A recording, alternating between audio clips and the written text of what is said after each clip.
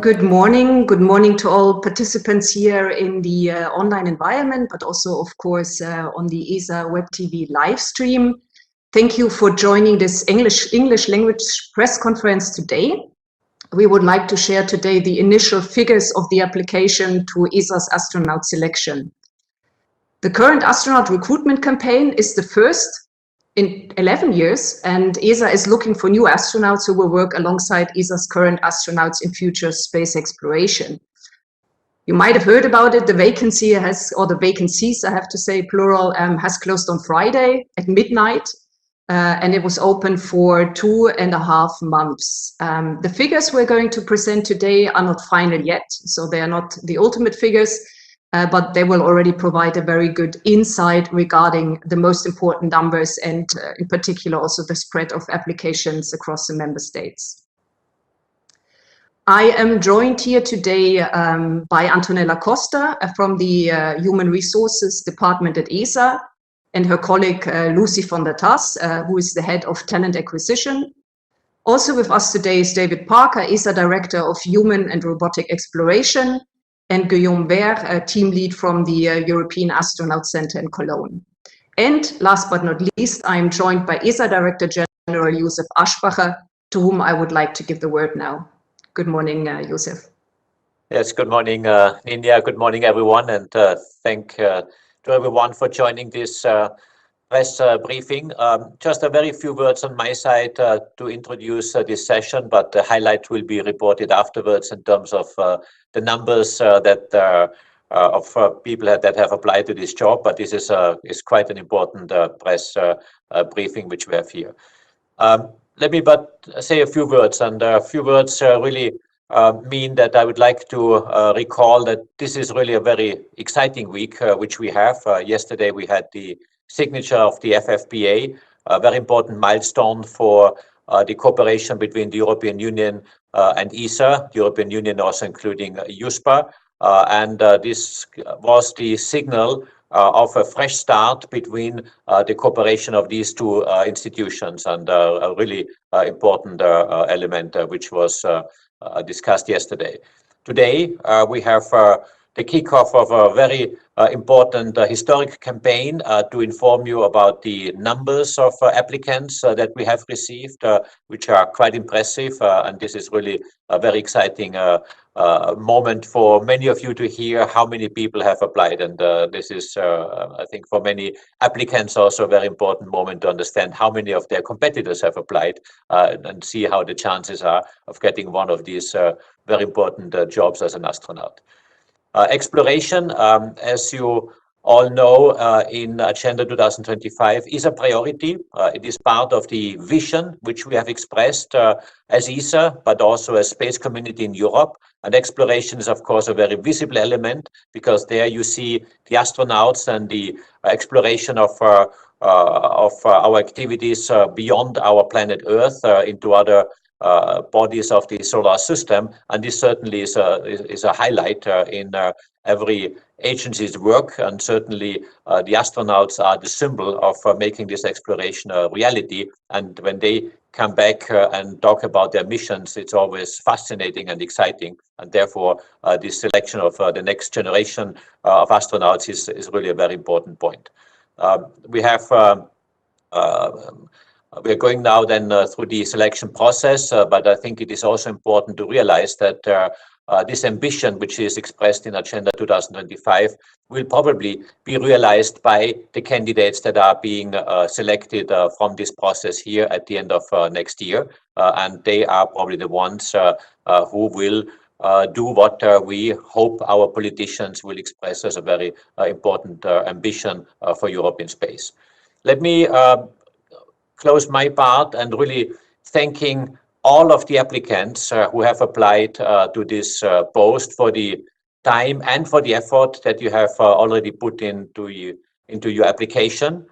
We appreciate your patience as our team works to ensure a fair and a thorough process, and we remind you and anyone that has an interest in space that being an astronaut, of course, is a golden opportunity, but it's not the only opportunity in ESA.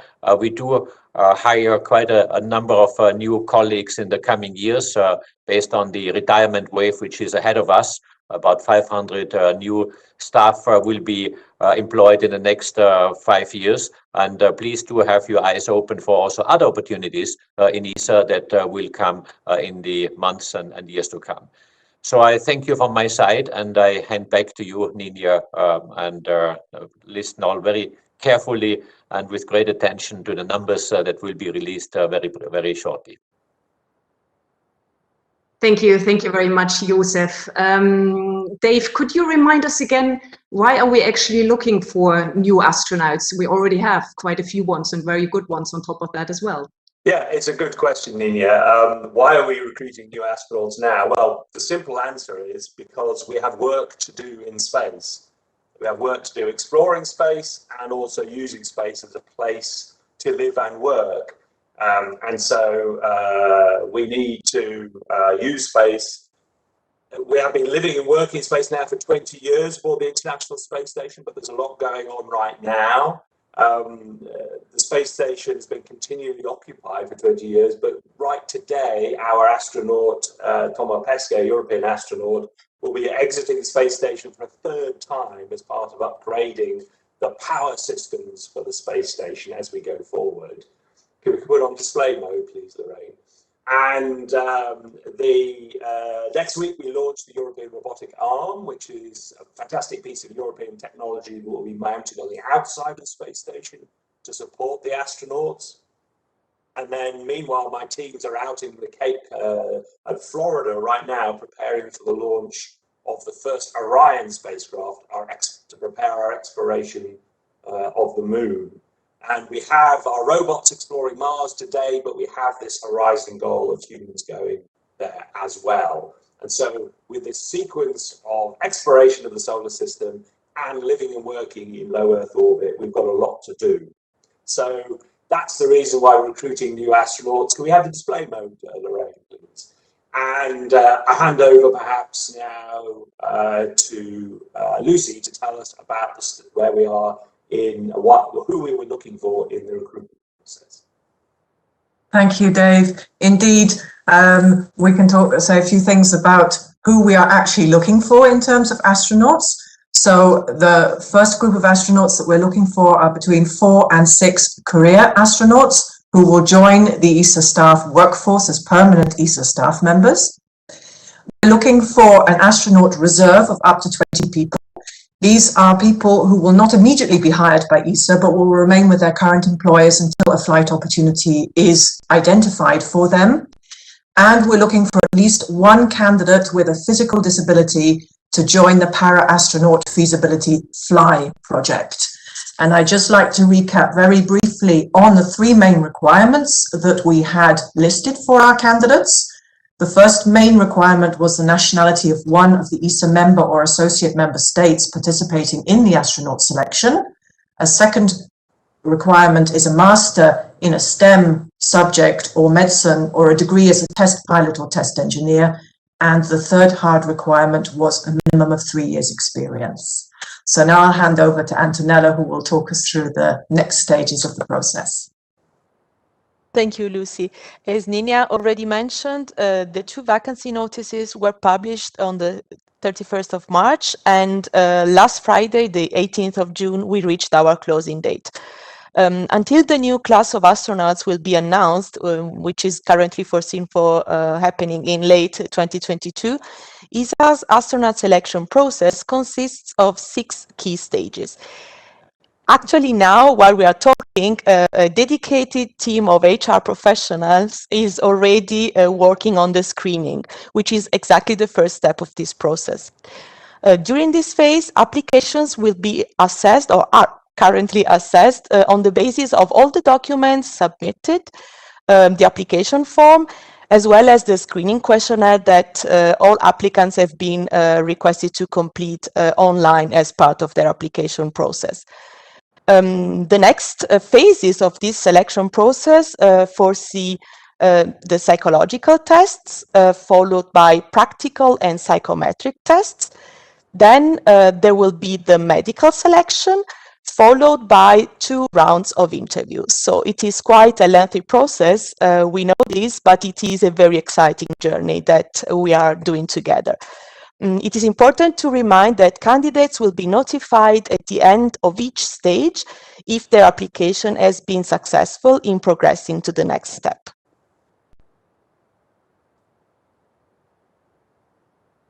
Thank you, Antonella. I would now like to give the word to Guillaume Vert, who will talk us through, I think, what you're all waiting for. And these are the numbers, basically the preliminary numbers, the results of the astronaut selection, the first part of it after the closure of the vacancy notice. Guillaume, the floor is all yours.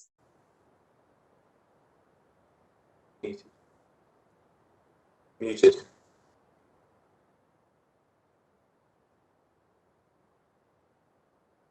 You're muted, Guillaume. Your audio's off. Sorry. It's a suspense. Sorry. Yeah, actually the numbers were also to be a part of the presentation. I think Dave wanted to present them. Maybe just a few words about the selection process and the application process that we have seen there. It has been an interestingly challenging process in view of the numbers of astronauts and candidates that we have seen. As you see on screen now, we have got an incredible response on this call. More than 22,000 candidates have applied, which is 260% more of what we had in 2008. So it's a tremendous increase. That really shows to me that space has really now penetrated the culture in Europe. And many people are now interested and looking into career in this area. That's an absolutely marvelous novel and news on that. It's really something that we, an answer to that extent was not something that we expected. We wanted to have more than in 2008, but that much more is really impressive. So thanks to all the candidates who have spent time applying to this job. So we have much more application. We have also application coming from many more countries than before. We do also have not yet the detail, please. We have so much more applications from many more countries than before. It's also linked to the increase in the membership of ESA, of course. But we have also increased in the traditional, in the oldest member states that we have. So, and the next really good news is the increase in the participation of women into this call. We have gone from 15% to 24%. It's going up to 36% of feminine application in some countries, which is a marvelous news too. That's we wanted really to increase the feminine representation in the astronaut corps, and to have such a response from the community of interested person in Europe is really good. We will talk about the detail a bit later. These figures are, as it was said before, are not yet final. We are still cleaning the numbers. There are a bit of applications which are also have a complex nationality representation. We do have also applications which were put as placeholders. Some are really funny in terms of names, and are really thanks for the creativity of applicants for what they have given us. But it does even more us a bit more work in order to make sure that the numbers that we are presenting are correct. You will receive finalized numbers in a pretty short or pretty near future. But of course, it needs a bit more work to do that. Dave, Thank you, Guillaume. Is there anything, Dave, from your side that you would like to add to the numbers? Yeah, let's go back to the previous slide maybe. And I think it's very important to see that this dramatic increase in the number of women applications, which is great to see. And actually it reflects the greater number of women applying to jobs in ESA in general. So there's been a strong upward trend, and it's reflected in the applications to the astronaut side. And then the other thing to highlight are the 257 applications for the astronaut with disability. So this is the possibility to join our para-astronaut feasibility project. Again, we didn't really know what the response would be to this particular call. It's absolutely an experiment. We said when we announced it, we had many open questions. Would we get applications for this position to work with us on preparing the road for a person with a physical disability to fly to space and do a useful mission? Well, we have that first question answered now with an impressive 257 applications, and with 60 of them being women, so roughly in the same proportion as the applications in general. So that's really exciting. So thanks, Nina. Thank you very much, Dave. Joseph, do you want to add some final words before we're opening for the Q&A? Your first reaction to the numbers? I mean, my first reaction is it's stunning. This is probably historic, having so many applications for, at the end, a handful of jobs. I think this is really showing that the competition is high, but I really wish every single applicant all the best of luck. It is a long process, as we have just heard, but it's probably one of the most exciting jobs everyone can think of. And I'm very thrilled of having seen these numbers. I think it also shows that space is very high on the agenda of young people. It is a dream job, being an astronaut, and this is the best proof what we have just seen. So yes, it's fascinating to see these numbers. Thank you very much, Joseph. And I will now open the floor to questions, because I think that's why most of you are here. The detailed numbers and the detailed figures are also available in a few minutes on the ESA website. You can download them there. This will be published together with the press release and together with all the details that you might be looking for. So do not worry if now you didn't catch all the little details that were shown on the screen. I can see that there was already one question or several questions in regards to Lithuanians' performance in this astronaut selection. Lithuania had a bit of a special role in this one. Dave, do you want to go a little bit more in detail here, also why we mentioned Lithuania and what the results were for them? Exactly. Thanks, Nidia. We deliberately put it on the slide to attract the attention. Yes, indeed, Lithuania became our latest associated member state of the European Space Agency just right at the end of May this year.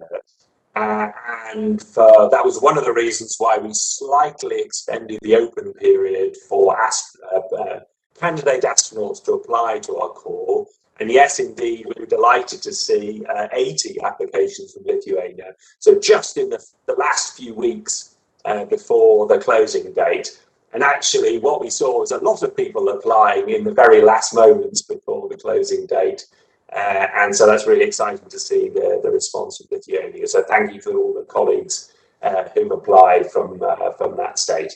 It's great news. Yeah, thank you. Nina, the question is also about the performance of the candidates. It's a bit too early to come into detail now about how candidates perform in which area, because we are currently only screening the applications. But it's really interesting to see that in such a short time, that many candidates from a country would mobilize and apply, and that's really impressive. Thank you, Guillaume. I see there is a question here from Nicholas Martin, who is asking how many of those that have applied now will now go into the next round. I can give a few details on this. The next round, it's not yet really defined, but we are planning to allow 1,500 candidates to access the psychological test phase.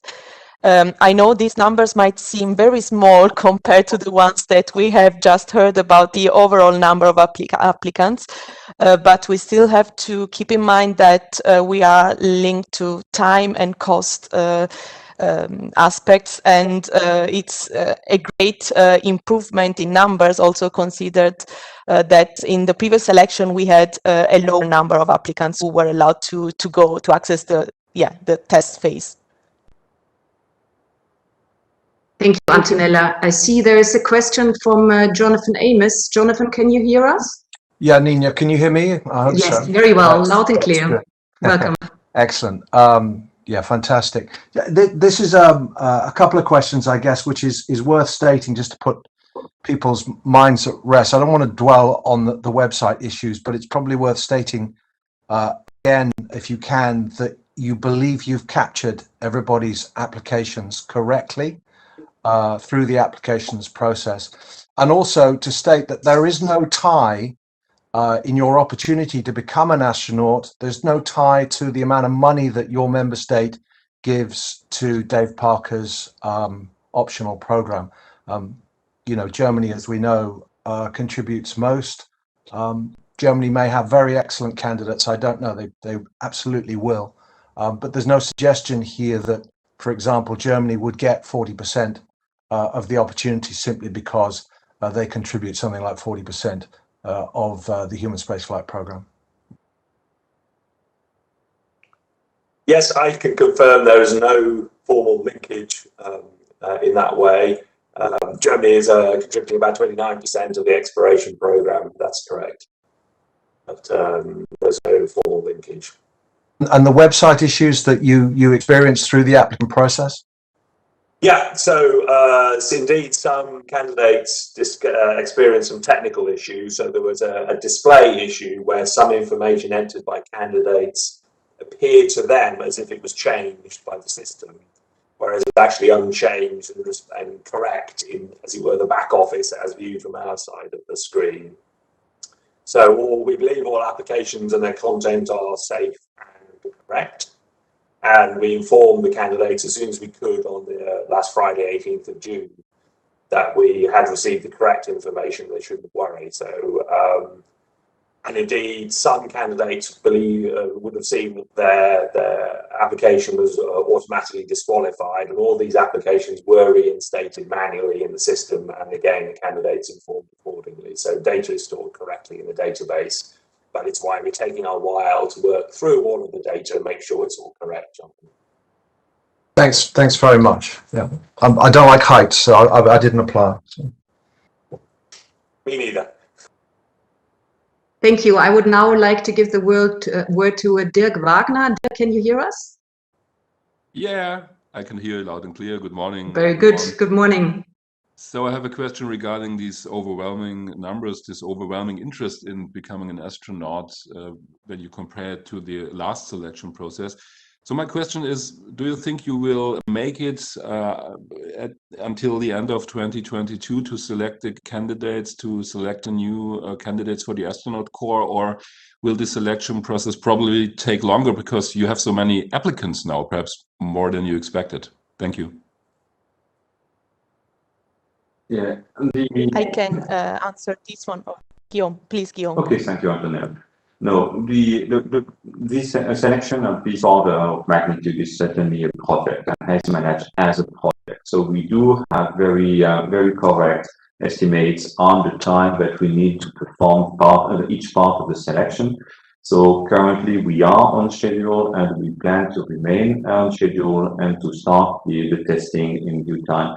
The only unknown that we have, and that's one of the threats that we have on this project, is the COVID situation, which might, of course, stop or hinder somehow the travel of the candidates going to different test facilities.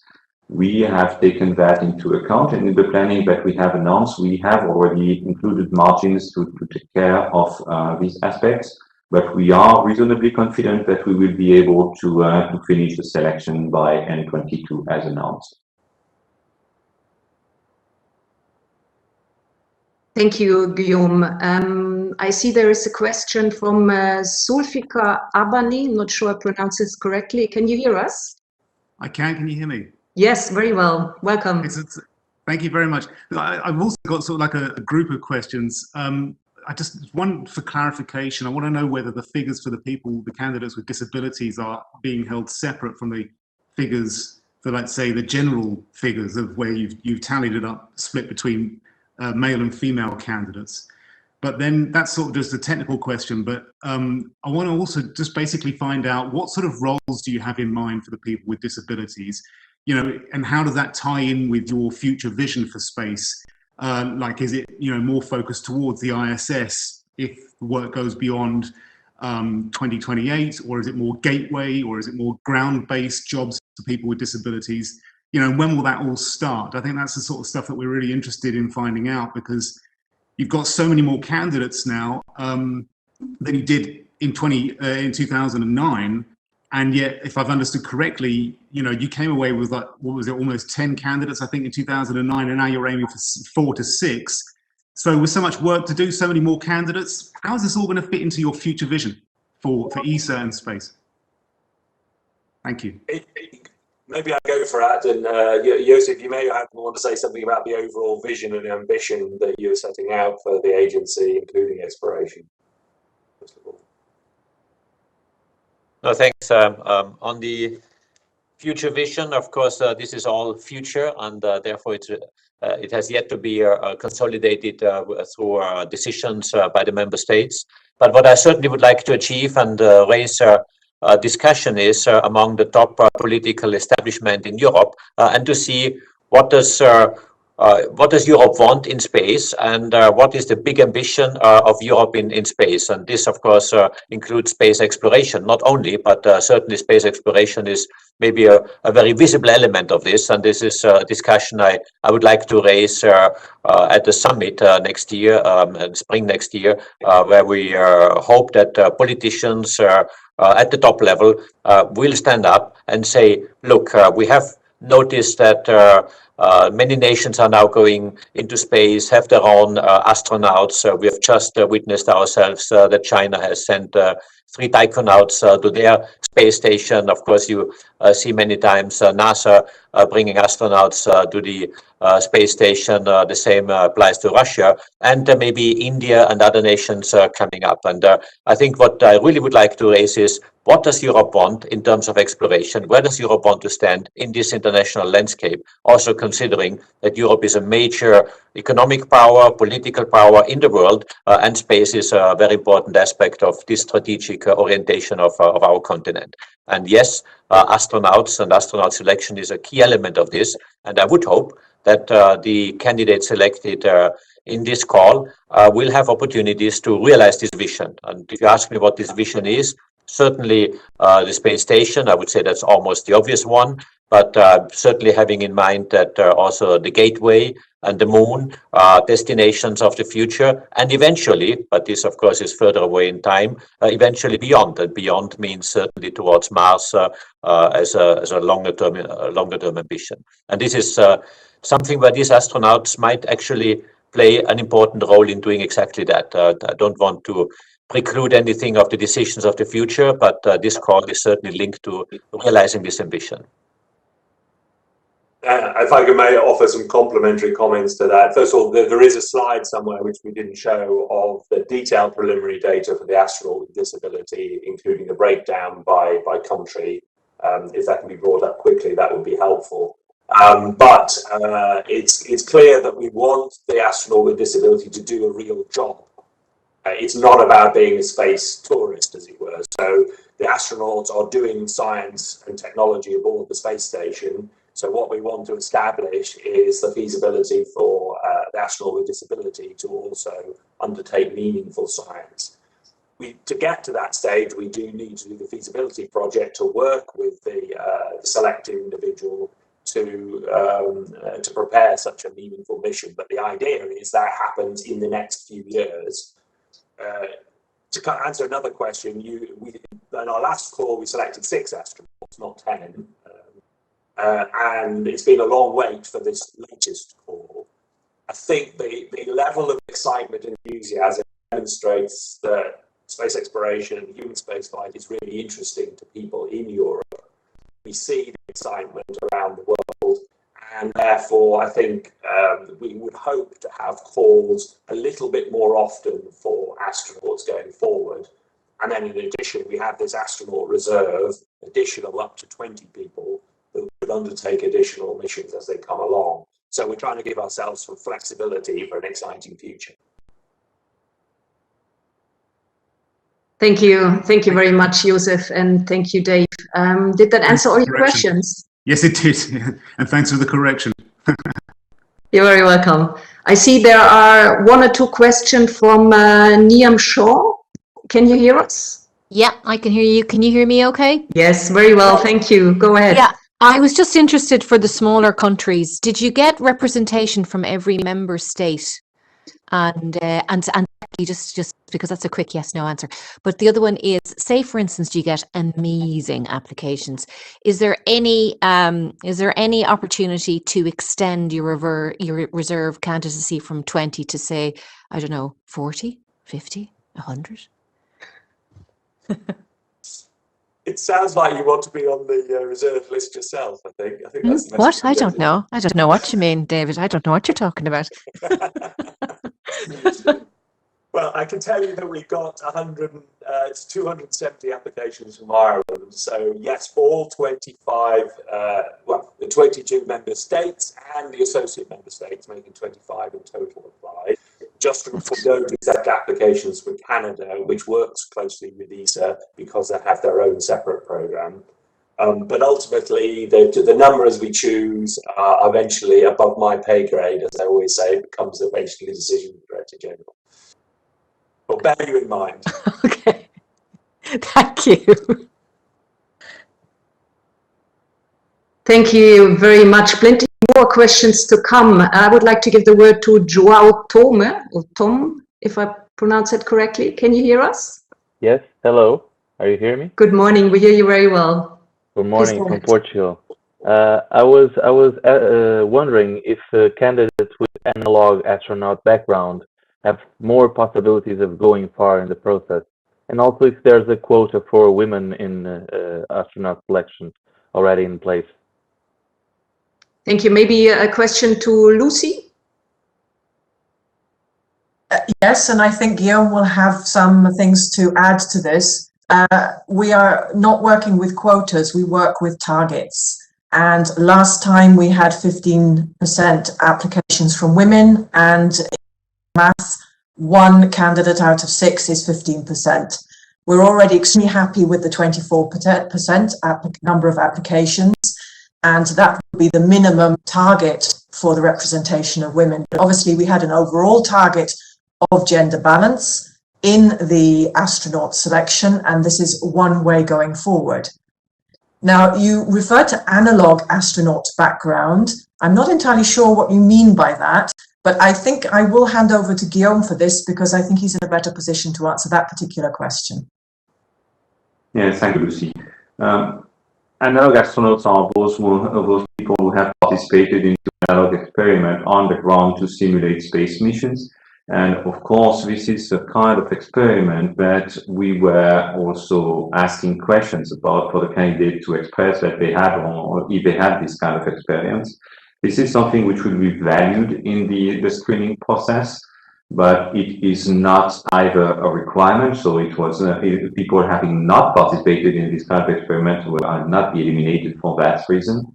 But it is something that we will take into consideration in the evaluation process overall. So it's not a decision factor in itself. It will not grant an employment at the end or a selection at the end, but certainly something that we will take into consideration.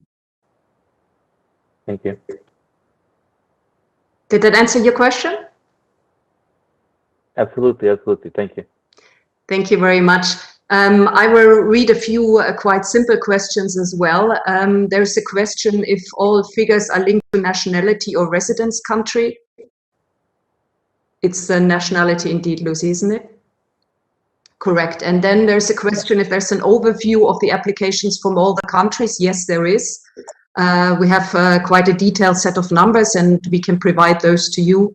They were shown on the screen a moment ago, but of course we're sending them to you. They're also able to be accessed via the ESA website and via the press release, of course. Indeed, so there's quite some interest and questions on how many applications per countries. Is there maybe something, Dave, you want to say in regards to the member states' perspective or the associated states that participated, and a few words maybe also to those coming from the small member states, as they're usually a bit more concerned if their applications are seen and heard? Well, I mean, the first thing to say is that all the applications are treated equally during the process, and it's only when Guillaume and his team see the people face to face and the HR colleagues seeing them face to face that we find out the actual qualities of the individuals compared to their applications. So I think it's a very good distribution, frankly, of across the different member states. I mean, we see a few more from some states. There's a massive response from France in particular, but that's perhaps not surprising with Thomas Pesquet flying above our heads right at the moment. We see very strong applications from countries like Belgium, for example. So the medium states, but then they have a historic hero in Frank de Wind as the first European commander of the space station. But no, I think it's a pretty good distribution. I don't see any jumping out strongly compared to others. And yes, the smaller member states are represented. So you see 57 applications from Estonia, for example, 200 from the Czech Republic that has a history.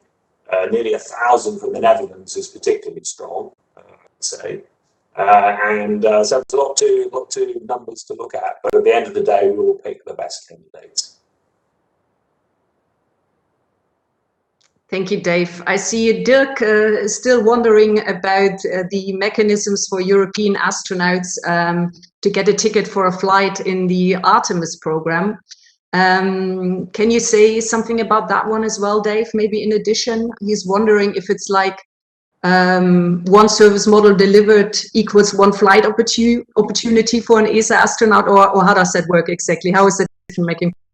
Yeah, great question, Dirk. So I don't want to go into all of the detail because it's a bit complicated, but basically we are contributing service modules as a barter to secure our opportunities to fly to the International Space Station. And on the other side, we are making contributions to the Artemis program. And as we decided at the last ESA ministerial, we are contributing 2 service modules and the 2 modules of the Lunar Gateway, so the habitation module and the refueling module. So that package of those 2 elements of the gateway and 2 service modules have secured us three flight opportunities on the Artemis program for astronauts to fly on Orion to the Lunar Gateway. We haven't made any decision on who those astronauts would be, or indeed which flights. But those discussions are starting on the which flights we will have European astronauts flying on Orion, but nothing will be decided in the near term. Thank you. And here is a question for talent acquisition, I think, and for my colleagues in human resources. Indeed, very well spotted with the increase in number of ESA astronauts. Would that imply that you will also be recruiting for crew support, astronaut training, and other astronaut support roles in the coming years? So all the supporting positions around the astronauts. Maybe for Lucy, Guillaume, and Antonella to answer. Okay, maybe I jump in. It's obvious that with the increase of the number of astronauts, we might have some more work here at the European Astronaut Center. Does that translate automatically in the increase of personnel requirements? That's something which still needs to be seen. Actually, the team has been dimensioned at a time where the astronaut corps was even bigger than what it is now. But what is certainly something to be considered is, first of all, the operation of new programs and starting having also the exploration program on top of the International Space Station program. The second aspect was also addressed by Dave a bit earlier, which is the wave of retirements. And there are also a number of people who have started in this activity with the start of human spaceflight in Europe, so 30 years ago, or even more. And they are now coming close to the age limit, and there will be a number of replacement also in this area. So please stay tuned on the job opportunities at ESA or all the other entities supporting us for human spaceflight, both the national space agencies and all the companies who are supporting us. There will be in the future also some job opportunities for sure. And I'd just like to compliment what Guillaume said. We are having a number of our colleagues retiring. It's a significant number between 2020 and 2030. There will be plenty of job opportunities. We have a lot of candidates. We've been extremely pleased to see the number of candidates. In fact, I think I can safely say I was quite blown away by the numbers of the candidates and huge interest. We've seen the number of applications increasing for ESA positions year on year. So I would encourage people to think about ESA beyond astronauts. We're a lot more than astronauts. Astronauts is a very visible program. It's a dream job, but we're a lot more than astronauts, and there will be a lot of very, very interesting opportunities to join ESA in other capacities in the coming years. Thank you, Lucy. Very nicely said. I see there's another question from Jonathan Amos. Is that correct, Jonathan? Thank you, Nina. Yes, two parts again, aren't they always? Dave, can you give us a quick update on when Andreas Morgensen and Tim Peake might be able to get their second flight?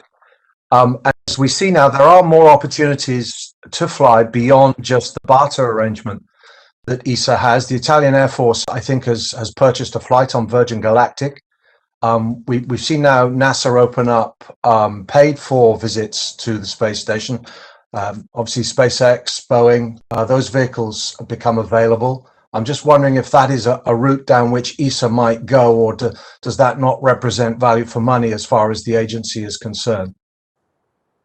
Okay, so to take the first part of the question, Jonathan, as you probably understood, we're having a kind of amazing run of astronaut flight opportunities. We're running together the flights of Thomas today and Matthias, as it were, tomorrow, so they will overlap aboard the space station later this year. And then Samantha Cristoforetti is making her second mission in 2022, so next year. So then there'll be a little gap in 2023 because basically we have rights for about one astronaut every, let's say, 0.7 of the year, 0.8 of the year. And then 24 and 25, we'll be looking to fly the second missions for Andy Mogensen and for Tim Peake.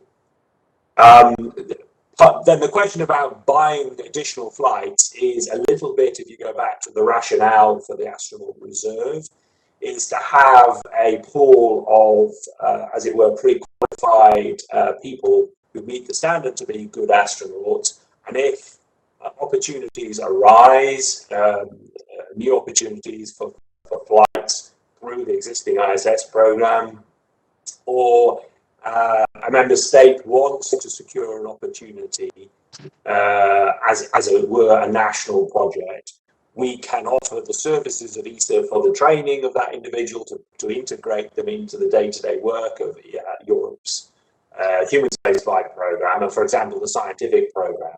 And so, yes, part of the logic for the reserve is to have that flexibility to take advantage of opportunities if one particular member state wanted to, as it were, buy a flight over and above our nominal allocation in the ISS program. Good stuff. Thank you, Jonathan. Thank you, Dave. I would like to give the word to Isabel Semedo. Isabel, can you hear us? I can hear it, and you can hear me? Very well, thank you. Go ahead. I would like to know, now the candidates that were already selected, now there will be another stage for them until 2022. How many of those who are now selected will be at that stage at 2022? Is there any mark or number of astronauts predefined? Podem falar bocadinho mais baixo, desculpem lá. Thank you. So to summarize your question, you're wondering what the next steps are in the process until we get to the end of 22 in the selection of the then candidates. Is that correct? Is that correct? Yes. Maybe a question to Antonella? Yes, and of course, Guillaume is welcome if he wants to add anything. It's not easy to define the numbers at this moment, because it really depends on how many candidates will make it through the next step. So, as I already announced before, we plan to give the opportunity to 1,500 candidates to access the next step, which is the psychological test. It really depends on how many of them will be successful in that phase. And only when that phase is concluded, we will be able to know how many will go to the following step. Guillaume, I don't know if you want to complement. I can Just confirm that the numbers for the final stage. I think that was missing. That was in the question as well. yeah, at the final stage, we are hoping to have about 40 people going to the interview, so that to have enough enough persons to be chosen for becoming reserve astronauts or permanent astronauts. So that's the target at the end. In between the different steps and the numbers at different steps is something which is currently still a bit of a moving target, and I don't want to go into very exact numbers because we will not match them. What has to be understood is that we have been performing astronaut selection in Europe since a while, and not too often, but still since a while, and there are also other selections, and we do have a good body of evidence to understand what would be the passing rate at each stage. So we are looking into building up from what we want to achieve as a target at the end and trying to run backward and estimate how many people we need to have at each entry and at each step. So the 1,500s is a number that we will go to next step. It's a number with which we are comfortable. It might still move a bit. We might take a bit more. We might take a bit less. It will depend on what the quality of candidates that we find. Thank you. Thank you, Guillaume. I see we're coming towards the end of this press briefing. I would like to give the word now to Josef again, and to summarize a bit the kind of feeling he takes away from this, his impressions, and maybe pass on a few final messages to all of us. Josef. So thank you, Ninia, and also thank you to everyone for really participating in this press conference. I think what we see is quite historic. Having more than 22,000 applicants is quite a number. We have all been astonished, and you have heard it before, what this means. It's much more than we expected, and it also, for me, is a very strong expression of interest and enthusiasm that people have across Europe in space and in becoming an astronaut. And this is, I would almost call it a historic moment for us to have so many applicants who want to become astronauts and who are interested in ESA program. So from that point of view, I'm more than satisfied. I'm extremely thrilled by these numbers and what I see, and this is it's just amazing. But let me put it also a bit in context, and this goes back a bit also to what I mentioned earlier. I mean, this week we had a great week. We have yesterday signed a very historic agreement also with the European Union and the FFPA. So to say that a lot of things happen in space, a lot of things happen in ESA, and this astronaut selection for me is really the symbol of showing this success and this, I would say, good news that we have been releasing recently on various fronts. So this is for me exciting. I really want to wish every candidate best of luck, because this is a very important career step or career move to put down the papers and go through the process and the applications. It's an experience by itself. And I do hope that the ones who do not make it still look at ESA as a possible employer. We have lots of opportunities coming up.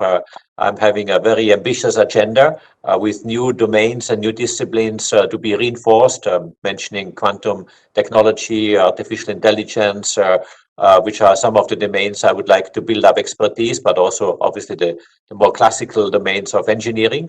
And I really look forward to seeing many of you either as an astronaut or applying to other posts. And this for me is a very good sign, and really thank everyone in running the campaign. And this is my own people in ESA, but of course you astronaut candidates who have applied and put down the nominations, because this is a very important step which you have undertaken. So thank you from my side.